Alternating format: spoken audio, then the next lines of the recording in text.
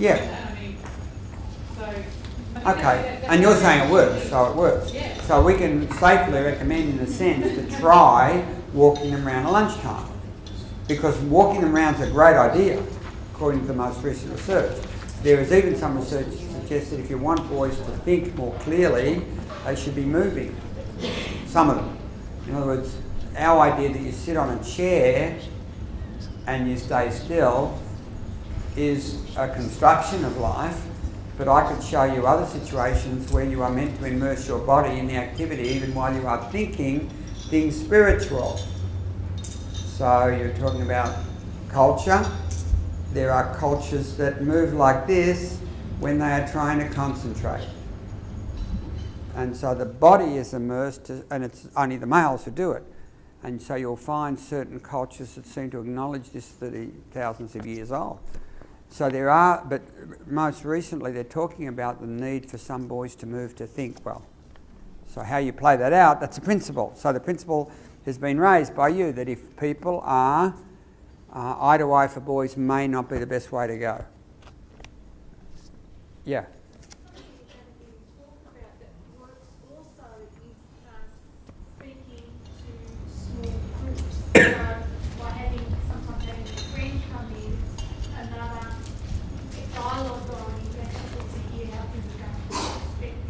If the friend can be adult, like it's a good kid, so to speak, yeah, I think the pressure would be even greater on. It's like, I'm going to suggest that when you do this, by the way,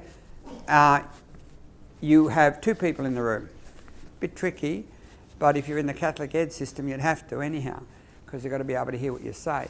But in the state system, you're going to have a door open, I believe, or a window or something, because you can't just have a private conversation with a child. Is that correct? No? Can I go in a room and shut a door? Yeah? Without glass? No, it's got to have glass? Okay.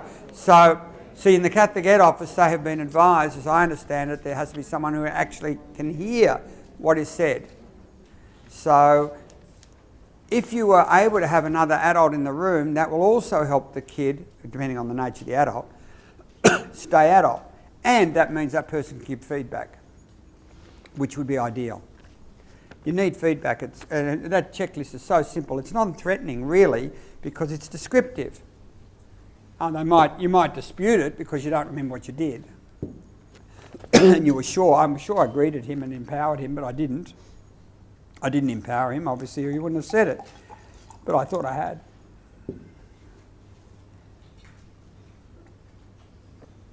It's funny, I would have laid money on it, you know. I was confident that I'd said, I need your help, but I obviously didn't. So you need feedback. By the way, they say this in general about teaching. There's no way you can be expected to be a valid and reliable assessor of your classroom behaviour. There is evidence to suggest you cannot do that.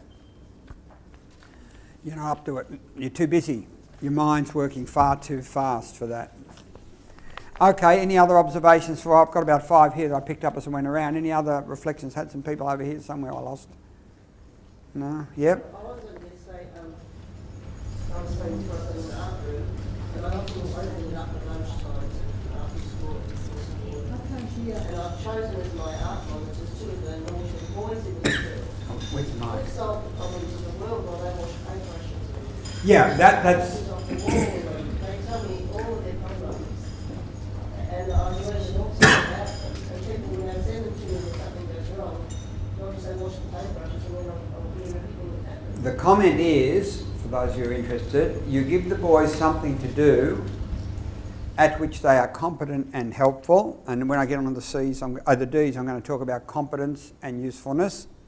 So you address their needs for competence and usefulness, and they will open up, which is true. Because what you're doing is you're restoring their confidence.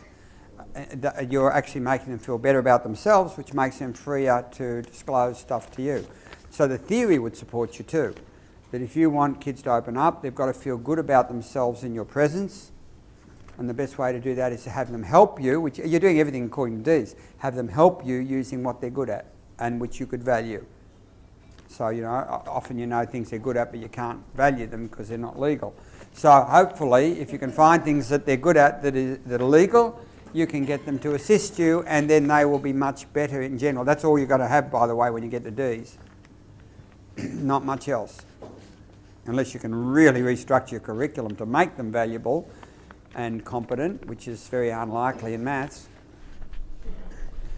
Okay, what other observations do you have? Yes? When boys, particularly boys, when they come in, once they've got get them trying to get rid of the anger. When I first was dealing with kids that were challenging or had behaviours that were in and around C and D, they would be fiddling all the time. They couldn't sit still, and I'd say, "Stop fiddling, take it out of your hands, look at me." And that was the least effective strategy. Yeah. Once I put a round table in our office, and I deliberately have things on the table, the movement of their hands, Same principle, yeah. and they're looking down so they're not looking at me, more information comes. And it's not rocket science, but that actually works. Well, it is rocket science because it's only the last 5 years they've been talking about it. Well, I've been doing it since before I had hair, and it Cool. works now. It's called grounded theory. I mean, this is what makes a good practice. And it makes people like me who are more theorists feel more confident about the research because, you're saying, yeah, I noticed that. And so you're right. I think that we're noticing that now in the research.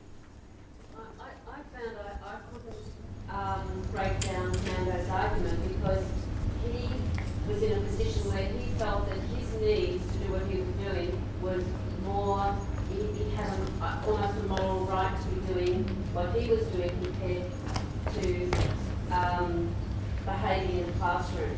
Well, can you play it out for a bit?